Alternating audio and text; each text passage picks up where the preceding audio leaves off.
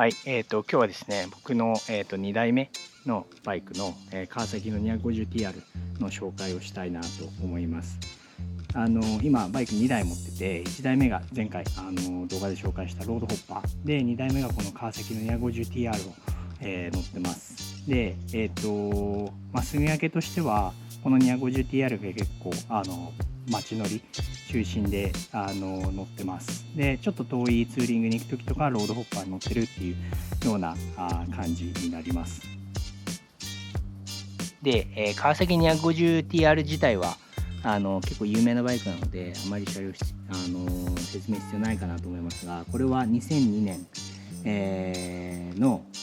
川崎 250TR で、キャブのバージョンですね。インジェクションのバージョンもあるみたいなんですけど、これはキャブです。なのですごいアクセル回すとすごいこうダイレクトに反応してくれる感じで、なんかこう街中でもぶん回しながら乗れる楽しいバイクですね。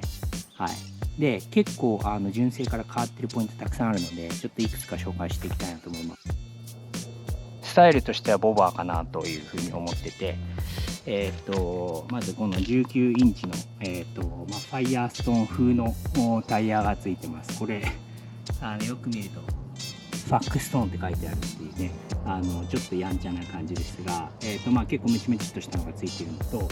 あとは、フェンダーはね、これは最初ついてなかったんですけど、街乗りで、フェンダーないと結構跳ねちゃうのでつけてもらいました。あとはフォークブーツもつけてもらったりとか、あとはこう小ぶりなね、ランプがついてて、イエローのレンズに書いてあるので、結構前から見るとかっこいい、ちょっとやんちゃな感じしますけどかっこいいですね。あとはマフラーですね。マフラーもちょっとこういうなんていうんですか、アップスイープ風な感じになっていて、バンテージが巻いてありますね。これは効果があるかっていうとちょっと微妙な感じですけど、スタイルとしてはなんかこうヴィンテージ風な感じでかっこいいですね。はい。で後ろも同じようなタイヤで、これは18インチかな、はい、のタイヤを履いてます。あと、フェンダーがですね、こんな感じでちょっとこうメッキな感じになっている感じですね。はい。なので、スタイルとしてはもうほぼほぼカスタムな感じかなと思います。タンクも多分これもう全部真っ黒で、純正のタンクかちょっと分かんないですけど、多分6リッターぐらいあるのかな、ああいうような感じで結構オールブラックな感じです。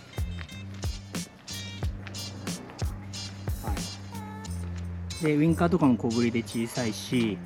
あとはメーターですね。メーターが左側ここについてます。でイグニッションキーがあって、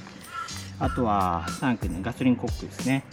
があったりとかします。でサスも結構このなんていうんですかね、アルミな感じで、アルミというかメッキな感じですごいこういい差し色になってるんじゃないかなというふうに思います。あとはハンドルですね。こんな感じでかなり短いですね、この幅が。でちょっとこう後ろに絞ってある感じなので、本当にボバーっぽい、なんて言うんでしょうね、すごいこうチョップドされた感じです。でこれハンドルが短いんで結構ねタイヤがめちゃくちゃ重く感じますね。なんですけど、スタイルがすごい気に入ってて、すごい乗りやすいですね。横幅もないので結構すり抜けとかもバンバンできちゃう感じです。はい。これ杉並の方にあるガレージドライブっていうバイク屋さんで買ったんですけど、これボバースタイルなんですが、お店としては結構スクランブラーとかカフェレーサーとかも出してて、結構好きなスタイルから選べるっていうのが結構いい一つ特徴ですね。でもちろんそのコンプリートなんですけど、いろいろこういうちょっと例えばフェンダーつけたりとかフォークブーツつけたりとかお願いすればやってくれるので、すごい結構自分の好きなスタイルで持ってきます。はい。であとは結構納期がめちゃくちゃ早かったですね。なんか似たような、例えば川崎の 250TR とか、あとはエストレアとかのカスタムやってるバイクカスタム屋さんあるんですけど、結構3ヶ月とか半年とか待つところもある中、1ヶ月ぐらいで仕上げてもらったので、すごい早かったですね。あと特徴としてはこれめちゃくちゃ車両軽いですね。130とか確か150キロぐらいしかないので、本当にもうなんかチャリみたいな感覚で扱えますね。すごい楽でいいです。で、シートも一応こんな、なんていうんですかね、これ何シートっていうかちょっとスタイルわかんないですけど、全然2人乗りもできるんで、誰か乗せて全然走れますし、街中乗るんだったら本当超楽しいですね、これ。ちょっと高速乗ったことないんでわかんないんですけど、街乗りする分にはもう最高のバイクですね。なんか今まで大型しか乗ったことなかったからあれだったんですけど、結構こうぶん回して乗れる楽しさがあるので、乗っててすごい面白いですね。はい、ちょっとここでエンジンかけてみたいなと思います。で、一応これマフラー変えてあるので、純正よりはいい音します。はい。で、もうイグニッションスイッチですね。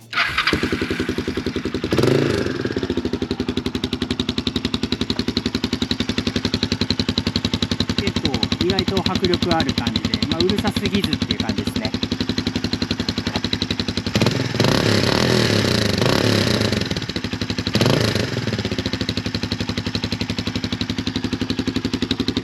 トコトコトコトコ音を奏でていていい感じな塩梅かなと思います。ちょっと走ってみたいと思います。